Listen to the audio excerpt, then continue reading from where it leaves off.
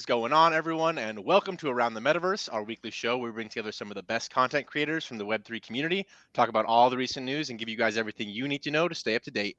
My name's Adam. I'll be your host today, but more importantly, we have an amazing group of guests for y'all. First and foremost, on this amazing Monday, of course, we've got CryptoStache in the house. How's it going today, Stash? Yes. Oh man, guys, I have been playing that latest game that has just dropped. I think you guys know it. Star Wars, Dentist Survivor.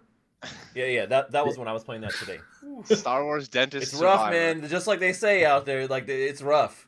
They need to go back in there, and it's You not a pretty use the game. Novocaine, Stash. Use the Novocaine. Is this real life? These are not the cavities you're looking for.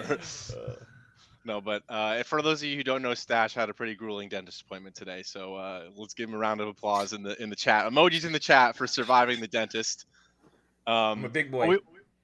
We've got some returning faces and some new ones for the show today as well. First up, actually making an appearance for the first time in quite some time, but an OG from around the metaverse, one of our first, very first people on the show, actually the very first episode. Yeah. Our friend Zueljin. How's it going, man? Good to have you back. It's going good. I'm glad to be back, guys. I Mm-hmm. appreciate y'all inviting me as always. Of course, man. You always have if there's a virtual plaque in our metaverse office for around the metaverse. You're there. Yeah, You're on the Mount Rushmore of ATM of around the I metaverse. Yeah. You're appreciate it, around the guys. metaverse Rushmore. There's a digital stone head. We should make sculpture. one. That'd be a fun metaverse project, right? We can make one that's like us the four, and then we have do smaller ones as each person comes on the show, and we can make a bust for them that goes in our metaverse headquarters that looks like a That would be Listen, pretty mini cool. Mount Rushmore. listen. I don't. All this stuff is nice, but just do me a favor. If y'all make an NFT project, just whitelist your boy. That's all. Make sure- Whatever. Make sure my likeness is respected in it also. Yeah. Right. Uh, All right. And we've got moving on. We've got a new face on the show. We've got our friend Kate Irwin, producer and gaming lead reporter with the folks over at decryptmedia.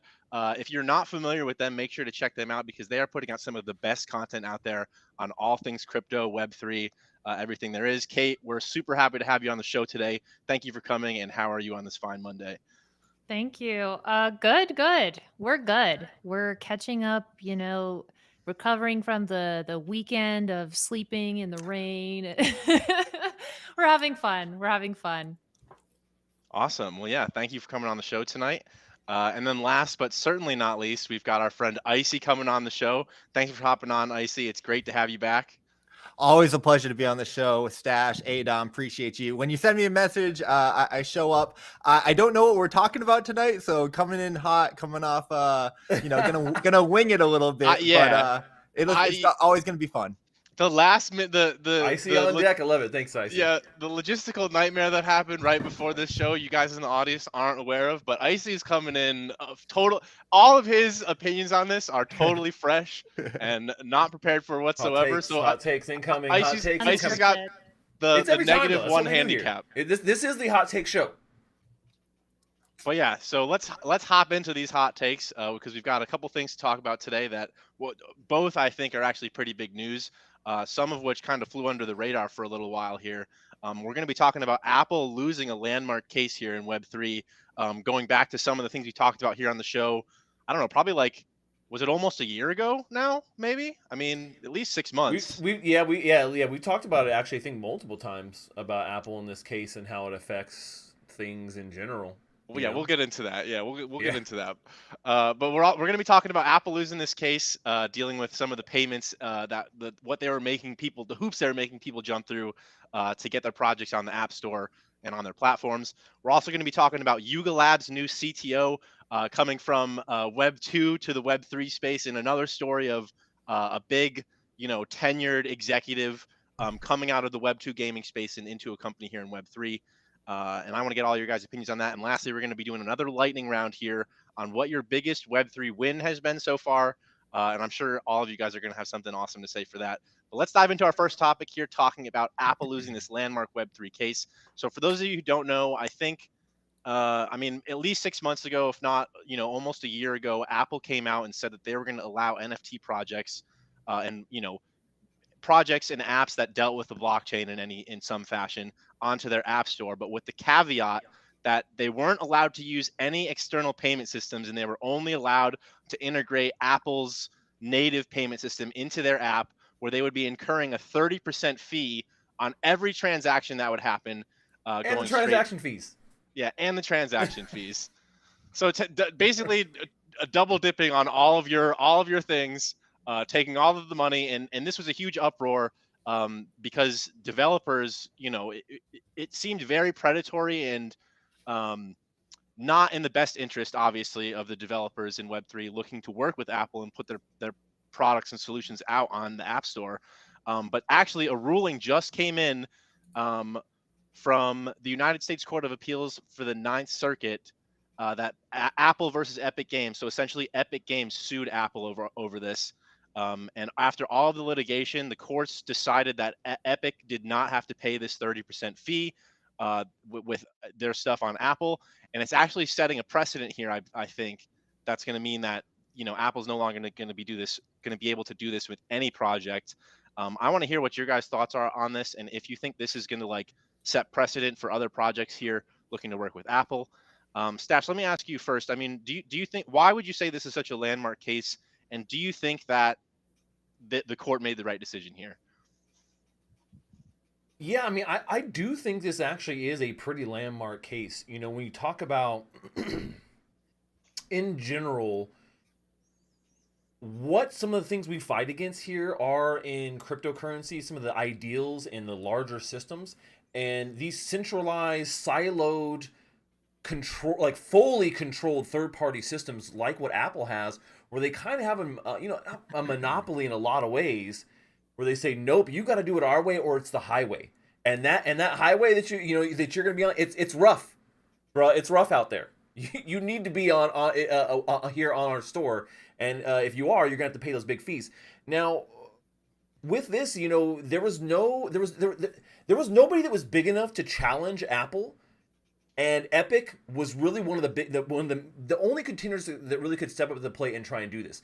And now, even though Epic lost on actually a lot of the counts, because there was multiple counts in this lawsuit, it wasn't just one thing. Epic actually lost in a lot of those other accounts, but this was the one that Apple lost on, which was the big one. And that essentially means now that any project, not just NFT projects, but any other project, can lead you out of their app to an out of Apple payment system, which means now, instead of paying 30% for doing these transactions, you can go and get it for a much, much cheaper percentage.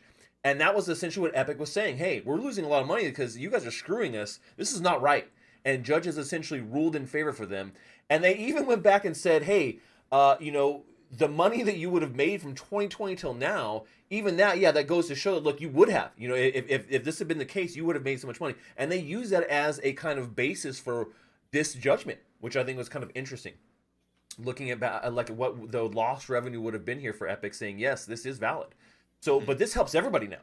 Now, not just NFTs, but everybody, but really, especially I think for NFTs and blockchain, because that was one of the biggest things that was holding it back when it comes to apps in the App Store, is not being able to have that connection to off-chain payments. Now it's full go. It's full go. Everything, all the workarounds we were trying to do, right? We've seen some hacky workarounds. Gala launched one, or talked about one here recently, where essentially they're like, we have the new thing called gems, and you use gems, and then you got to use gems to get to Gala, and Gala to get and then you had to do like a multi-hop thing. Now we don't have to worry about that to kind of try and get around these things. We can go direct and just say, nope, go pay here. It doesn't need to be through Apple. That's huge.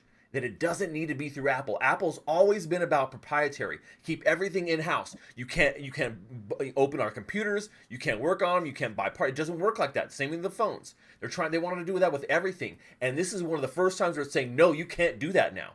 That is huge, because this is a major part of their business model. That's why this is a landmark case. But it's worth noting that Apple still won in 9 out of 10 claims, and this was the only thing that they did not win was the anti-steering provision, which, like you said, is allowing developers to link outwardly. So it's not like that big of a win to me, because firstly, like, Apple can still find other loopholes and like ways to reject your app if they want to. Like, there are still lots of ways that developers can be rejected from the App Store. And like often Apple won't tell the devs or like be really transparent with them about what it is exactly that they need to fix.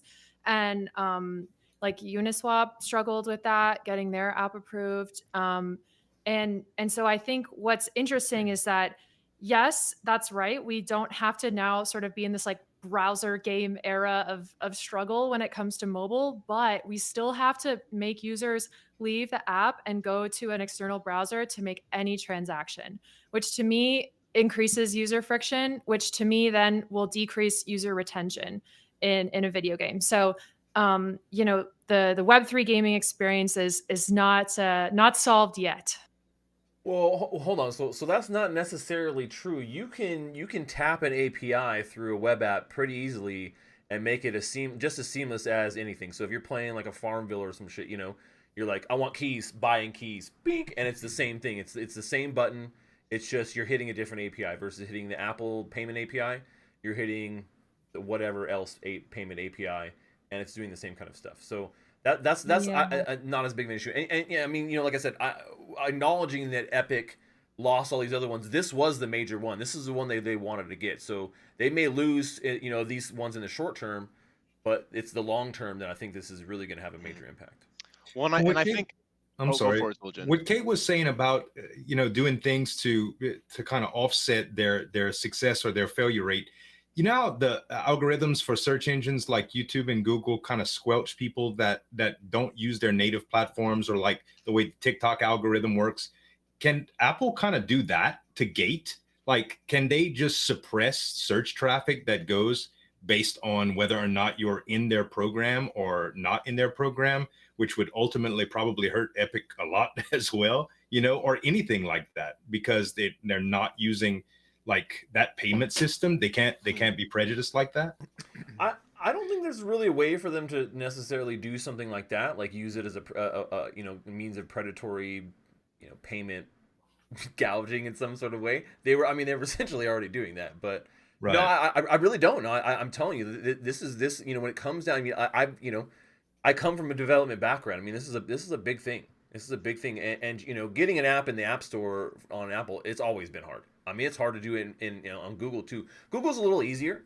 They're a little bit less stringent on things, but Apple has always been hella hard. Mm-hmm. So I don't think that's ever going to change. I think that's still going to be, you know, so you may have things going out there. I you know, are they going to use it though as, like you say, as a bias? Will they use it as a bias and say, well, this app isn't using our payment stuff? Is that a mark against them?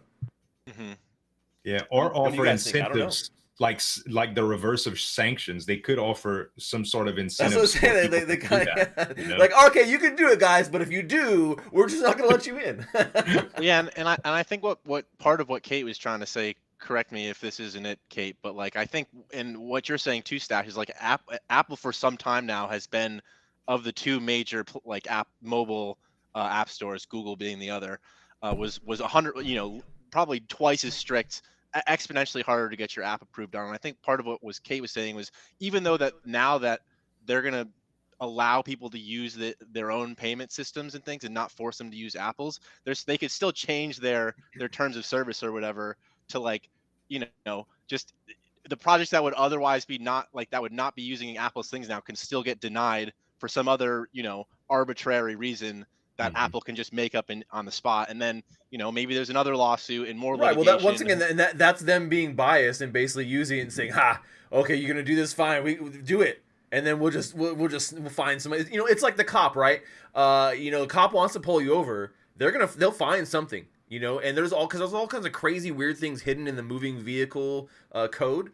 And you know, they're like, oh, well, we pulled you over because, you know, you're not supposed to have a bumper sticker more than 8 inches above the bottom right side of the window, sir. It says it right here, and so we're gonna have to search your vehicle.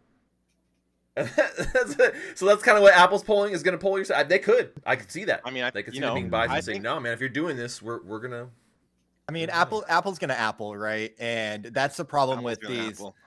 I mean, that's the problem with these big centralized corporate powerhouses, these gatekeepers. That's the whole point of crypto and the decentralized nature to, you know, democratize and share more of that power back to the users and the players. So I'm with Stash on this one. I do think that this is a win for gaming, for blockchain, for the little guys going up against the Goliaths.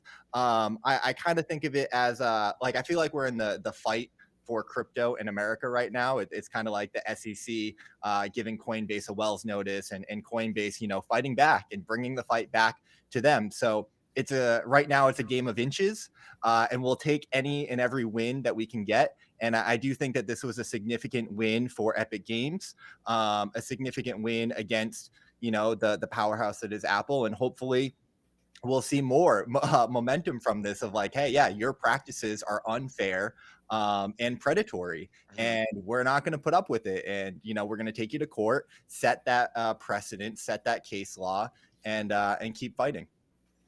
I mean, I sure hope so, man, because I couldn't agree more. Apple's gonna Apple, and shout out to some of our agents in chat here, like Gen X. He says, I hate Apple. I've never owned an Apple phone. Me too, man. Like I'll never own an Apple phone unless yeah. So then phone check real quick. What do you guys all got? I got, well, it's over there charging, but I got an S10. I got an Samsung S10. I mean, there are good things to say about. Wait, you got an Apple phone, don't you, Kate? Well, yes, but that's not what I was gonna. That's not what I was gonna this. compliment. I was gonna compliment like their determination to use their privacy and stuff like that. I mean, a lot of people, like Apple tracks way less of your data than Google does with its applications. So for better or worse, like that is something that Apple has a track record of being better with.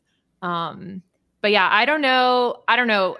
In terms of like defining anti-steering, I'm looking at like multiple different articles here, and it seems like anti-steering just means like outside links. So I don't know that you're just allowed to just like embed other payment mechanisms into your app now. I don't think that's the case. I would be really surprised if it was. And I don't know if there are like, reporters that have said that that's the case now. But anti-steering from like all these articles just seems to say like, you're just not allowed to communicate through in-app links or other mechanisms for out-of-payment methods, like outside of the app, basically. So my suspicion is that if developers start twisting those rules or like really trying to stretch them to the limit, that they just won't be approved for the App Store, and that Apple's like latest version of an app, that they can just like basically block the latest push of your app. So if you have like an update for your app where you try to implement a different payment mechanism, Apple can just block the push of your latest app. So I don't know, we'll see. But that's just kind of like what I think is probably going to happen here is like, yes, now you can like link externally, but I don't know that they're just going to like allow you to just like code in like payments within your app. I don't know that that's what anti-steering means. I mean, no, you may have a point there. Regardless, I think that it's a huge win for crypto, because when you talk about what we want to use for people to make payments, it wouldn't be an Apple payment anyways, right? So you think about like wanting to make a blockchain based payment. Well, that's going to have to take you off app anyways, right? That was the whole point. So that's why it's a big win for industry. So no matter what, like, yeah, when I mean like build it in, I just mean it's still like you're just in there, you hit a button, no, I need this thing. Maybe it's a blockchain transaction, and it's going to have to take you somewhere else to complete that transaction, right? Not through a traditional gateway. That's why we benefit the most, right? Other people I think will benefit for sure, but I think it definitely will benefit. Yeah, and I don't want to rain on your parade, because I agree that this is good. This is not the worst thing that could happen. Is it not all of our parades, Kate? Are you also not part of the Web3 gaming community, Kate? Do you not also want to see all of us win? The power is still in Apple's hands, as it seems. No, right? it is. No. The power is still in Apple's hands for sure. I mean, that can be done. And what Kate was saying, I agree. All the reporting is saying that Apple won. So, well, Apple did win. Like I said, I think there was 9. I think there might have been 8 or 9 different counts for the entire summary, and they won 8 of 9. But the one they lost was was the one I think which made the most amount of sense. And it is the one they will use to set precedents here moving forward when it comes to arguing against this. But you're right, developers may push back. We've already seen Apple do this before, where we saw apps that were previously approved were then like Coinbase said, oh well, we're adding our NFT marketplace, and they're like, oh no, you're not, and they try to push an update, and then they wouldn't allow it, and the Coinbase app I think was off for like maybe it was a day or something, but that definitely happened. So they are very strict to that. So that I am 100% sure they will iron fist that in the future here just as hard. All of us folks with green texts don't have to worry about that. So come to the dark side, all you Apple users. Come to the dark side if you want seamless stuff. If you don't, I mean, seamless stuff with the trade off of. With the trade-off of your privacy maybe being encroached on a little bit, but that's what if you carry privacy a phone, doesn't exist. No, listen. If you carry a phone around, Apple, iPhone, or Samsung, it does not matter. They're all tracking devices, bro. Yeah, I mean, like they're all tracking devices. Just be perfectly honest. Like when it comes to data privacy, I mean, I feel like at a certain point it's either all or nothing, like within a certain granularity, so it's like if you have a phone, you got to go off the grid. You're like on the grid, solar, you're on the grid. like no, like burner phone status, like never. I don't know how you could even do that. You have your own like geothermal electrical grid out in the middle of like the mountains or something. I don't know. Let's talk to some hardcore Bitcoiners. I'm sure they know a thing or two about getting off the grid. That's true. Would you go off grid, Kate, if you had to? Yeah, I think it would be fun to see like what you can actually do and can't do and how much effort it would take. So yeah, I would definitely. It'd be a fun experiment. But I mean, would you be okay with like no internet, no devices, none of those things? I mean, a lot of people wouldn't. I don't want it necessarily. Like I love video games, but I also love going into nature and traveling and seeing the world and meeting people face to face. Like that can't be replaced, And what if you could do both? Like that's what I would like pristine to. trail hiking at the top of the mountain. And you bust out your gaming laptop. You're like, yep, I'm gonna play some Call of Duty. Is that my 3090 in my backpack? All right, guys. This is the next NFT project. We're gonna drop an NFT that's a fundraise for an internet cafe on the top of Mount Everest. That's it, guys. That's it, guys. Everyone. Can I spawn in? Can I just spawn in? Does it work like? Can I just spawn in? This is absolute. We're talking absolute nonsense now. We're off the rails. Okay, yes, I'm sorry. Let's reel it back in, guys. Let's reel it back in. My fault. And says the guy who just wanted to launch an NFT project on Mount Everest. I'm just saying. No, see, when I get us off the rails, bro, everybody jumps on board. It's like a runaway train. Like I do it, and everyone's like, "Oh yeah, this is great, let's go," and it's fun, but we can't do it all the time. Yeah. Well, so in other news, on our next topic here, we're going to be taking a look at Yuga Labs' new CTO and what's next for Bored Ape Yacht Club.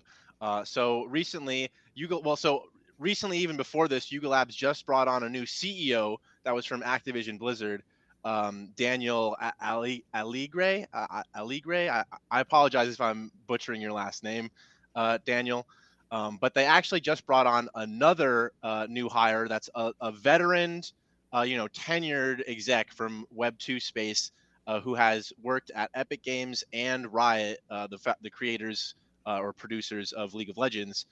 Mike Sievers is coming on to Yuga Labs as CTO. And I want to know, I want to get your guys' opinion on not necessarily him coming on as CTO particularly, but Yuga Labs as a company and why they're, right now taking, two back-to-back executive C-suite hires from massive Web2 companies. I mean, to me, that seems like something is, they're getting ready for something, right? Something is afoot, you say. But I want to ask you guys what that might be. Iceyyy, let me start with you, man. I mean, why do you think Yuga Labs is bringing on these tenured Web2 execs? I mean, what is it that they might be getting ready for? I think they're bringing them on because they're smart. They've got the money, they've got the funding, they've got the biggest brand in Web3 gaming, and they've got a massive undertaking to deliver upon with Otherside and their game.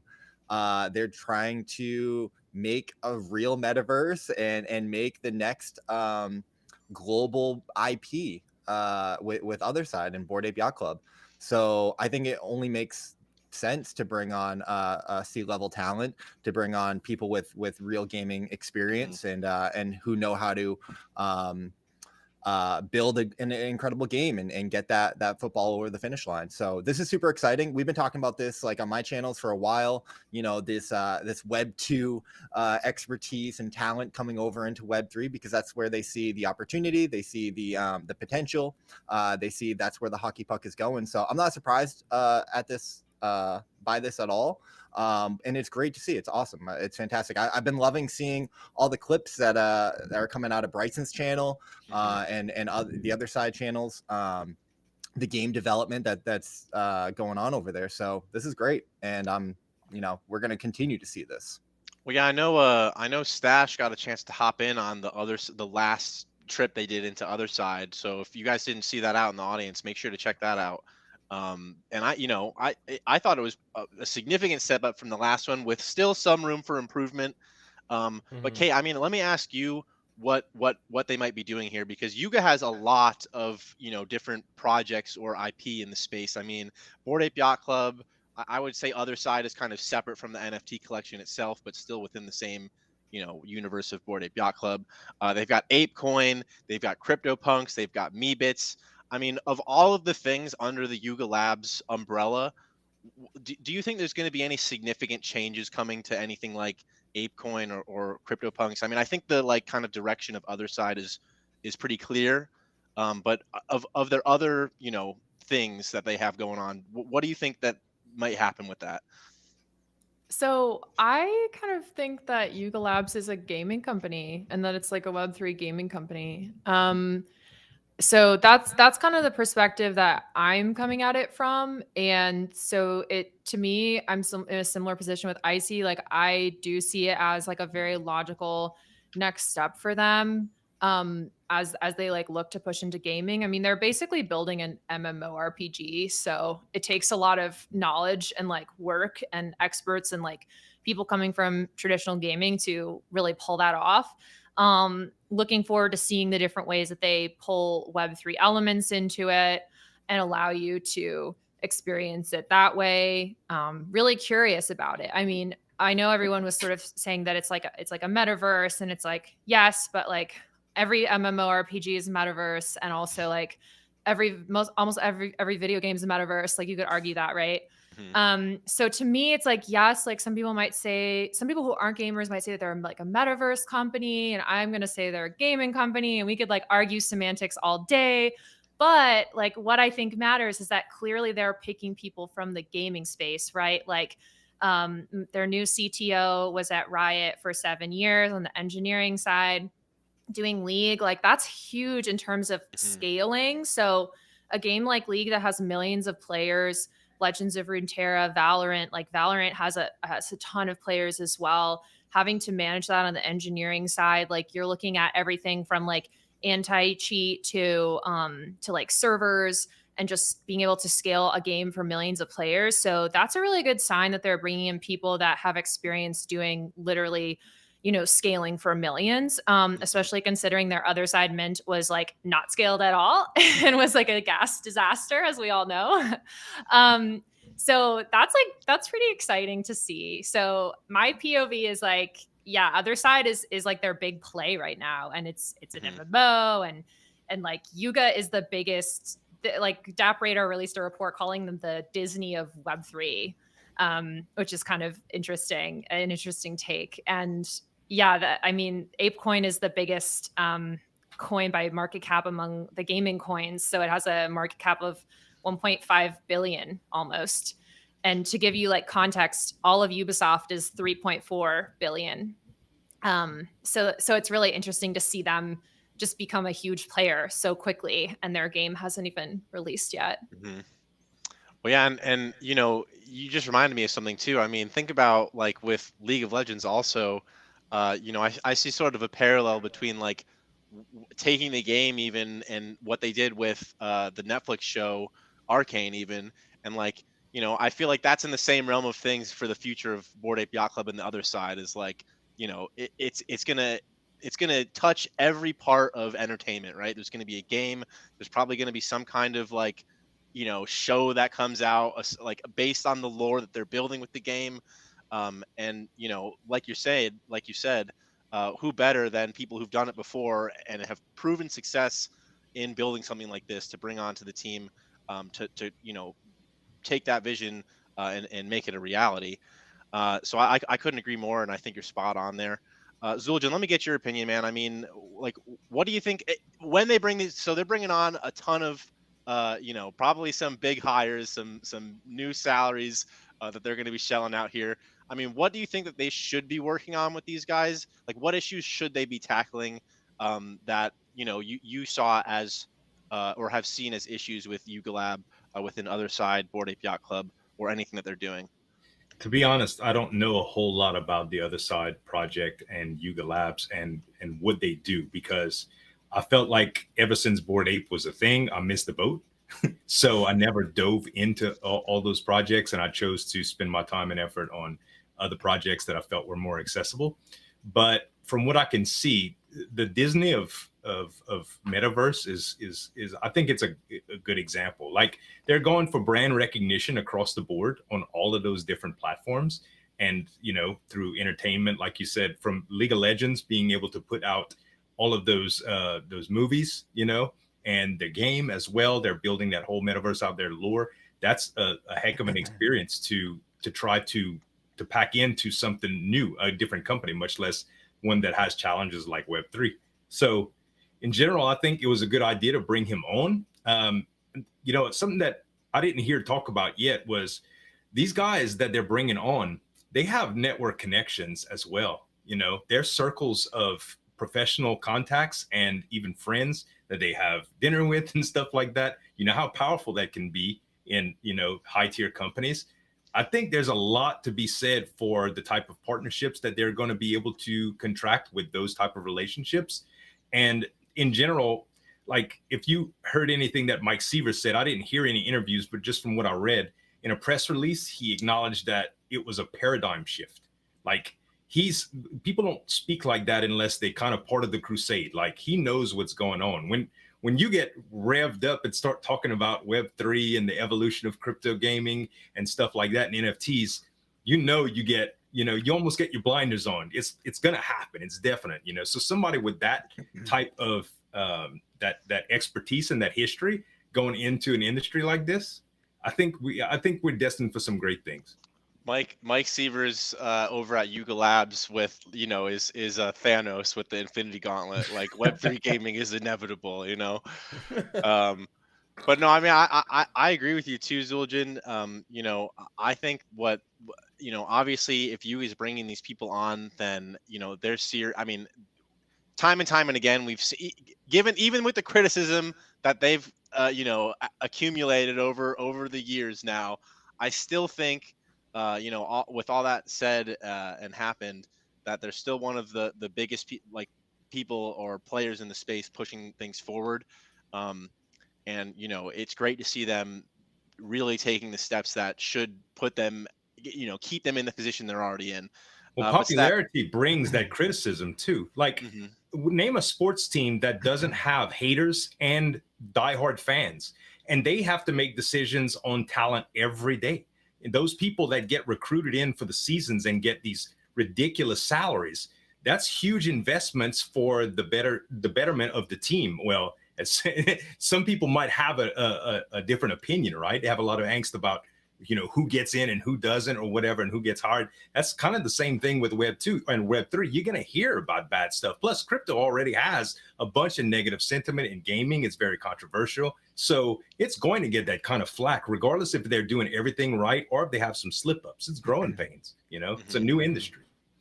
Well, yeah, I mean, just like, the same can be said about when the internet was new. You think about all of the I mean, this is kind of comparing apples and oranges, right? But you think about just in terms of new technology. Apples and Androids. Apples and Androids. Yeah. It's like comparing apples and Androids. That's the new saying. I'm never going to say apples and oranges again. It's apples and androids. It's perfect. It's so perfect that I'll never ever say anything else again. Did y'all see the old ads that they show case every once in a while about people saying that internet's dead? Like, when the internet was actually becoming a thing, they had all of these Wall Street headlines about you know, these Like, these oh, Jeff that's Kramer fab. kind of I mean, fellas yeah, saying that bro, I've seen it. I'm this is telling you. That's dead. what I'm saying. That's That's for why I laugh. Zueljin, when I the see the same internet thing is now. for nerds, and no one will ever use it for anything yeah, useful especially not for ever. buying things. Okay, it's a Right. fad. It's for for nerds, buying and it things. will die like everything else. Yeah. And no, obviously that's not true. I mean, just like they Yeah. said about crypto, the same was said about the internet. And you think about like all the crazy, you know, essentially the crisis that happened with music when the internet, as an example, when the internet came out, where you know you just Yeah. share all your files for free on the music. The music industry in shambles, guys. The music industry is in shambles overnight because of file sharing.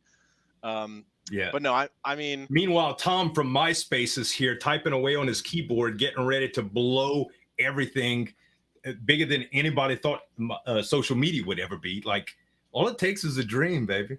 yeah, all it takes is a dream. But no, I mean, I think Yuga Labs is in a great position here. Stash, let me ask you. I mean, do you think that Yuga Labs is going to remain a top company here in Web3, given that they're bringing on employees that you know, I'm sure cost a lot to take away from Activision and Riot? Yeah, Yuga's crushing it, man. You know, you guys know I'm critical of Yuga. You know, I'm gonna be critical of any major player that's, you know, where their decisions have an effect on our entire industry, which Yugas do. When they make a decision and something happens, like people are watching. People are watching what they're doing. Like you guys were saying, and Kate was saying, you know, market cap just that a little bit below Ubisoft. And you look how long it took Ubisoft to get there, right? Yuga's done that in an incredibly small amount of time. They have a huge war chest. They're heading in the direction, obviously, of gaming. That was the next obvious pivot, I think, from their little PFP projects, you know. And now they're not going to stop. I mean, I think they understand that really it's all about the brand and taking the brand to the next level. But that can be something that you know, has a root in this metaverse, right? And you know, people interacting there. You're selling not only these Bored Apes as a brand, but now you're selling the whole metaverse as a brand. And I think people are definitely going to jump on board when there's a lot of connections there, right? We've talked about that earlier about people having connections. Like, oh wow, you know, these new hires, they come with connections. Well, that means that you're possibly going to get better brand deals, right? You've worked with people. Oh yeah, I know Scott over at Pepsi. We should talk with him. We'll get him in here and like we'll do a big, you know, promotion here with other side. Those things can be big.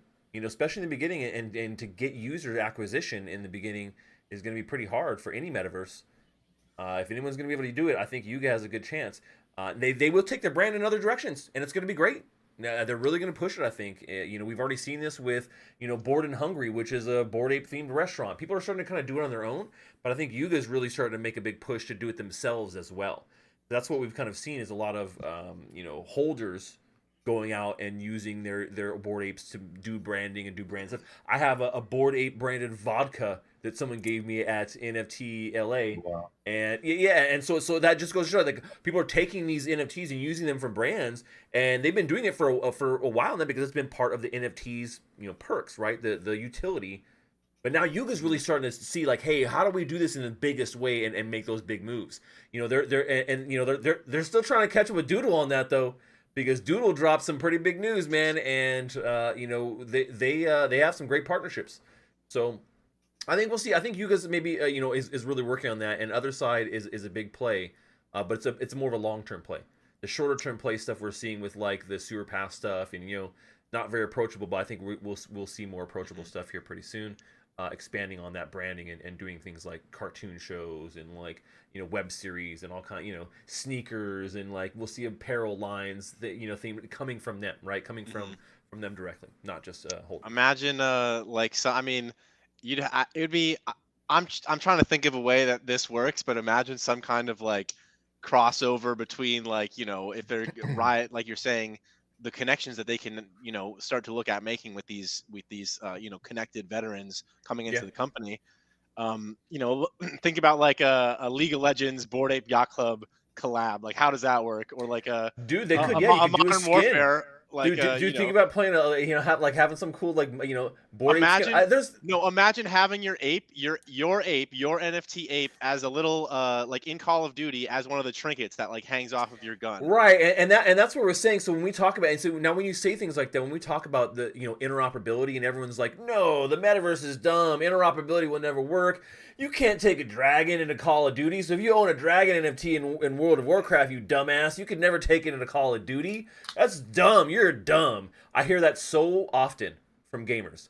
And I go, it doesn't have to work like that. You guys don't understand. It's just about the data, right? If you own this NFT that's a dragon in World of Warcraft, it could be like the sickest dragon gun skin, or like it has like a flame mouth or something. You know what I'm saying? It doesn't have to be a dragon. It can be something related, but just the fact that, hey, you have this NFT unlocks this thing in this game. We're gonna see so much of that, especially inner brand between like IPs. And I think Yuga will be one that really pushes that. They're really starting to do that already. But I think we just did this last week with the Stache skin running around Decentraland and jumping on the poker table. That was true. That was a ton of fun. Yeah, we had a bunch of Stashes running around in the metaverse, man. Everyone was me. It was fun. Absolutely. Everyone got to be Secret Agent Stache for the night. And yeah, you guys watching who don't know what we're talking about, make sure you hop in our Discord because we're going to be giving away a bunch of Secret Agent Stache Decentraland wearables over the course of the next few months, and they're sweet, man. And not only that, I mean, there's a bunch of cool collabs coming up this month, just recently, and next month. So if you want to get yourself some Secret Agent Stache themed collab wearables and/or NFTs, make sure you hop in our Discord because we've got a big month for y'all. All of our agents in chat can attest to that. I want to give a huge shout out to them for being here again, and you guys watching, if you haven't smashed that like button yet, do us a favor and do so. We've got 51 watching now and 30 likes. We can get that a little higher. Can right? we get 50 likes? Come on, guys, we can get 50 likes. Come on now. With the like button. No, but let's go. While you guys are doing that, we're gonna help into our last bit of the segment here. We're gonna get into our lightning round for the second time here on Around the Metaverse. And today's lightning round question is going to be, what has been your biggest Web3 win so far? So this could be anything from like a huge NFT trade you made, getting a job in the industry, making a top leaderboard placement in something like Dead Drop, or one of the big tournaments that's happened in Web3 recently. I want to hear from you guys what your biggest Web3 win was. We're gonna go in the order. One sentence. Kate, you Stache first? No. One sentence. You got to keep it short. Yeah, one sentence. Yeah, one sentence, one phrase answers. We're gonna go in the order of Kate, Iceyyy, Zueljin. So Kate, you're up first. Biggest Web3. What's been your biggest Web3 win so far? Whoa, so far. Okay. Well, it's definitely launching GG. That's it. It was definitely launching GG, and you can go check it out right now at decrypt.co/GG. Setup. And yeah, so for you guys watching, that's Decrypt's Web3 kind of gaming focused platform. It's a platform by gamers for gamers, and they're gonna have a ton more stuff focused on the niche of Web3 gaming coming out on there from all the folks at Decrypt. So keep an eye on that. Iceyyy, you're up next. What's your biggest Web3 win? Only one sentence. It's so hard. There's been so many incredible wins.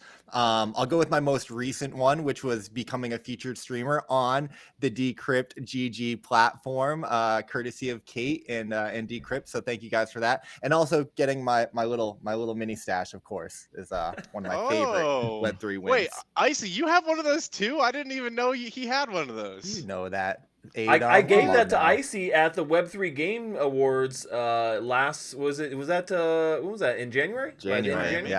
Yeah, we went down there in Miami and we did it. And I gave him an award even though I didn't get any awards.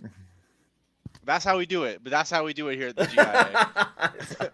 No, and next up we got Zueljin. All right, man. What's your biggest Web3 win so far? What you got for us? Mine's much more degenerate. I got whitelisted for what was it? I think it was OnlyForce.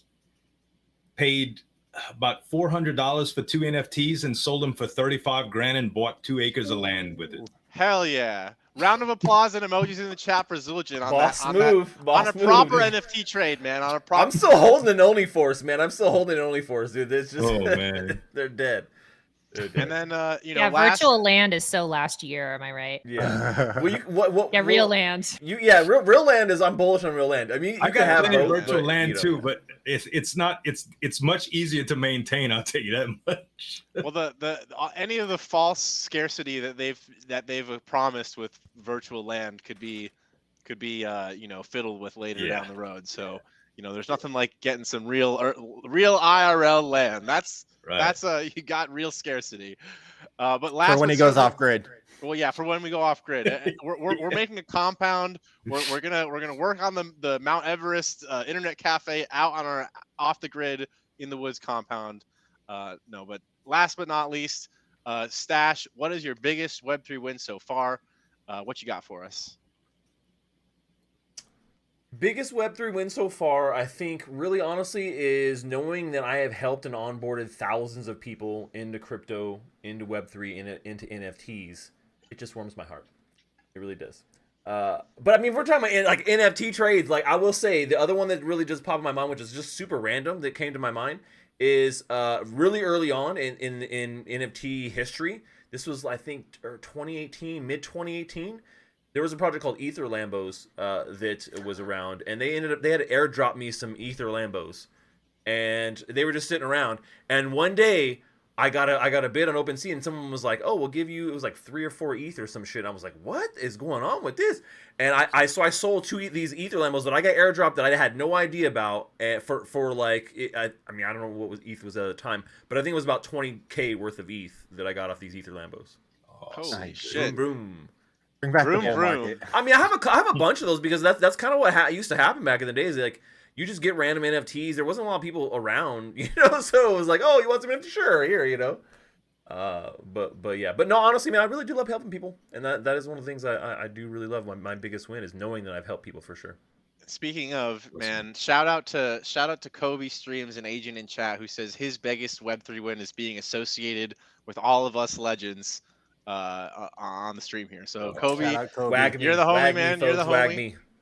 Wag me. And ending on a wholesome note tonight, guys. Mustache love to you, Kobe. Adam, you got to give your biggest win, man. Oh, Yeah, well, so yeah, let's all right. go. My biggest Web3 win so far is in the same coin as Stash's. I mean, I think it was like about this. I think 2 weeks ago, I'll have been working with and friends with Stash for 2 years now, which is when I first got serious about Web3 and everything that we're working on here. So it's been an awesome ride, and I'm glad to have been able to help anyone get into the space, like Stash said, along this journey so far. So glad to have all of you guys here for this ride with us. We're not going anywhere. Like I said, make sure you hop in the GIA Discord to hang out with us after the show. We're gonna be we got a big month planned for you guys, a whole bunch of events. We're gonna be doing something pretty cool with a game called Gold Fever here on Friday, which is probably the next big thing coming up. So if you like gold, check out our recent video and check out what we're talking about in Discord if you don't want to miss out on all the fun. But that is all we have tonight, folks. I want to thank you guys for joining us here. Zueljin, Iceyyy, Kate, thank you guys so much for hopping on the show tonight. It's been great to have you guys. If you guys are still in chat watching with us out there, thank you for sticking around so long, and hope you guys have a great rest of the night. This is all we have. Check it or come back next Monday for another episode of Around the Metaverse, 4 p.m. Pacific, 7 p.m. Eastern. But that's it tonight, guys. We out.